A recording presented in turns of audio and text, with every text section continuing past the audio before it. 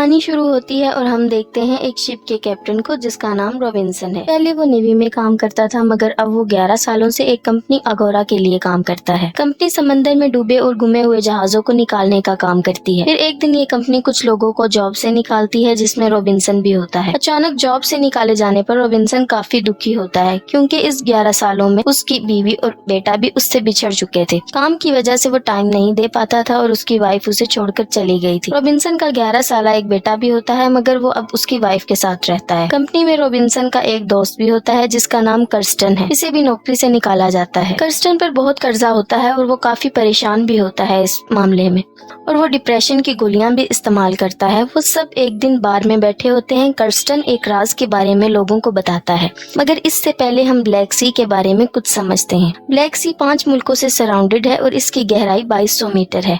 Kirsten इन्हें इस तलाश के बारे में बताता है जो अगोरा ने ब्लैक सी में की थी। 1941 में हिटलर की फौज नाअजीज मुकम्मल तौर पर तबाह हो चुकी थी। इस वक्त रूस जंग की लपेट में नहीं आया था, मगर रूस को डर था कि कहीं जर्मनी रूस पर हमला न कर दे, और इस बात का फायदा उठाते हुए हिटलर ने रूस से कर्जा मांग लिया, 2 टन सोना। इसकी कीमत का अंदाजा खुद लगा लें। हिटलर ने रूस से एक बोट ली और इसमें सोना भरा, मगर वो जहाज हिटलर तक नहीं पहुंचा, रास्ते में ही कहीं डूब गया या डुबाया गया। इस पर हिटलर ने रूस पर हमला कर दिया। इस 4 साला जंग में लाखों लोग मारे गए। इसके बाद एक ओशियानिक रिसर्चेज इंस्टीट्यूट ने एक यू बोट ढूंढ ली और दावा किया कि ये वही बोट है जिसमें स्टेलन ने सोना रखा था। अपनी इसी इंफॉर्मेशन को वो जॉर्जिया सरकार के पास ले गए और इन्हें इस यू बोट की लोकेशन दी। जॉर्जिया सरकार इस यू बोट को निकालने के लिए मान गए और 1 महीने बाद रूस और जॉर्जिया के दरमियान लड़ाई शुरू हो गई और सारी हदें पार होती चली गईं।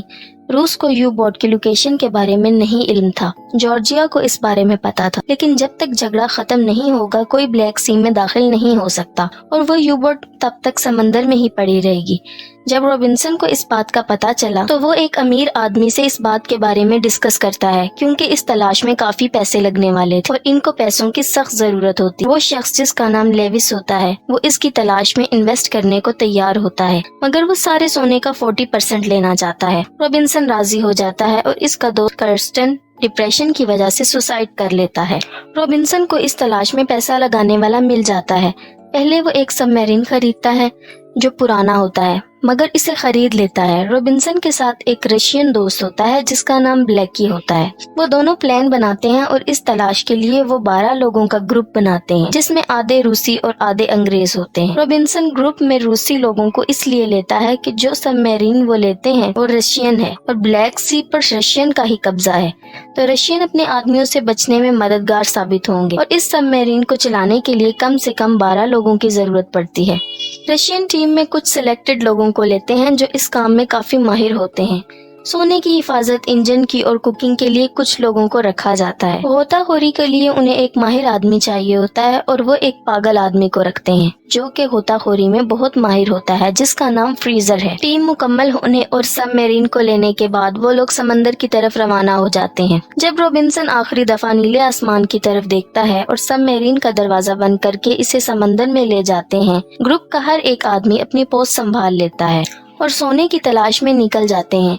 अभी तक सब कुछ ठीक होता है। फिर कैप्टन सबको इकट्ठा करता है और इस बारे में सबको बताता है। वो सोने की बात करता है कि हर एक को बराबर का हिस्सा मिलेगा, जो बाकी का 60% है उसमें से, क्योंकि 40% उस शख्स का है जिसने इन्वेस्ट किया है। अब डैनियल उस शख्स का असिस्टेंट होता है जिसने इन्वेस्ट किया होता है, तो डैनियल कैप्टन रॉबिन्सन को कहता है कि तुम्हें ऐसा नहीं कहना चाहिए, क्योंकि अगर यहाँ पर किसी शख्स के दिल में लालच आ गई तो वो किसी दूसरे को मार सकता है, क्योंकि इससे सबका हिस्सा बढ़ जाएगा, और कैप्टन को ऐसा कहना ही नहीं चाहिए था। इस सबमरीन में सब लोग प्रोफेशनल थे और इसी खतरनाक तलाश के बाद जब वो यू बोट की लोकेशन के नजदीक पहुंचते हैं तो उसी वक्त एक रशियन डिस्ट्रॉय शिप इनके करीब से गुजरता है और वो अपना इंजन बंद कर देते हैं और बच जाते हैं। अब वो लोग प्लान बनाते हैं कि सोने के साथ वो ड्राइव शार्प को भी ले आएंगे जो इनके सबमरीन पर धमाके से डिस्ट्रॉय हो गया था। अब इस ड्राइव शार्प ही की मदद से वो फिर से सबमरीन को स्टार्ट करेंगे और यहाँ से निकल जाएंगे। अब वो 2-3 मीटर के फासले पर बाहर जाते हैं। वहाँ पर वो यू बोट को ढूंढ लेते हैं। वो यू बोट जिसमें 2 टन सोना था, वो इसके अंदर जाते हैं और ड्राइव शार्प को भी पा लेते हैं। जो ट्रॉली वो अपने साथ लाए थे वो ज्यादा वजन नहीं ले जा सकती, मतलब वो सिर्फ ड्राइव शार्प के लिए ही आए थे, मगर फ्रीजर ड्राइव शार्प के साथ इसमें सोना भी भर लेता है, जिससे इस ट्रॉली का वजन काफी बढ़ जाता है। और इसे धकेलने में काफी जोर लगता है। वो इस ट्रॉली को वापस सबमरीन के तरफ ले जा रहे होते हैं, मगर रास्ते में एक बड़ा गड्ढा आ जाता है। वहाँ इनसे ट्रॉली बेकाबू हो जाती है और जो भी सोना इसमें था सब गिर जाता है। सिर्फ ड्राइव शार्प ही बचता है। फ्रीजर अब ड्राइव शार्प को लेकर आता है। सोना खो देने की वजह से सब लोग बहुत उदास होते हैं और वो सबमरीन को सतह पर ले जाने की तैयारी करते हैं।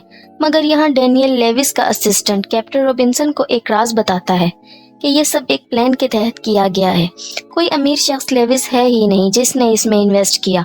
असल में अगोरा ने जॉर्जिया से समझौता किया था, तो वो लोग बोट को नहीं निकाल सकते, इनको खतरा है। तो अगोरा के लोगों ने ये प्लान किया था और कंपनी के सभी काबिल लोगों को निकाल दिया, जिससे तुम लोग मजबूर हो गए और पैसे और इस कंपनी से बदला लेने को तैयार हो गए। अगोरा ने कर्स्टन को $30,000 दिए ताकि तुम्हें इस खोज के लिए रजामंद कर ले और तुम आसानी से फंस गए। और जैसे ही तुम लोग सोना लेकर ऊपर जाते, अगोरा तुमसे वो सब ले लेता और तुम सबको गिरफ्तार कर लेता।